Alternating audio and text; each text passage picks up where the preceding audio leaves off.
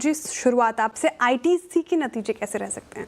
आप आईटीसी को देखें तो अगर आप गॉडफ्री फिलिप्स के नंबर्स देखें या वीएसटी इंडस्ट्रीज़ के नंबर्स देखें तो वॉल्यूम ग्रोथ काफ़ी तगड़ा आया है इन कंपनीज़ में। उसका सबसे बड़ा रीज़न ये है कि फेब 1 से जो ड्यूटी है वो काफ़ी बढ़ चुकी है, तो उस वजह से जनवरी में ही कई सारे डीलर्स ने माल स्टॉक करना शुरू कर दिया था। तो इस वजह से वॉल्यूम ग्रोथ में हमें एक पॉजिटिव अपमूव दिख सकता है।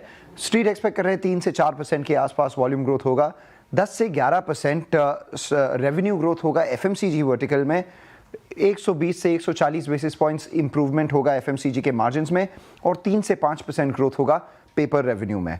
इंपॉर्टेंट है नंबर्स आपको देखने, 6% हायर होंगे पिछले साल से, तो करीब 18,275 करोड़ के आसपास कंपनी का टॉप लाइन आएगा। रेवेन्यू जो है 5% बढ़ेगी, और जो नेट प्रॉफिट है वो करीब 5,000 करोड़ के आसपास ही रहेगी।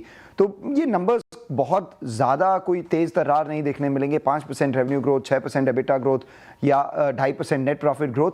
इंपॉर्टेंट ये है कि आगे जाके कंपनी की कमेंट्री क्या होती है सिगरेट वॉल्यूम्स पर, खास करके जो 25 से 30% का प्राइस बढ़ाया है कंपनी ने, उसको लेकर आगे जाके क्या वॉल्यूम नेगेटिव हो गए या नहीं, और इलिसिट सिगरेट ट्रेड है वो कैसे करेगा।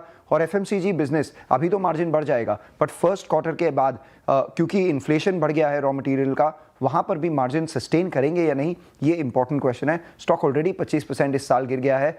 कई लोग बिलीव करते हैं कि ये एक वैल्यू बेट है, बट कई लोग ये भी बिलीव करते हैं कि एक वैल्यू ट्रैप है।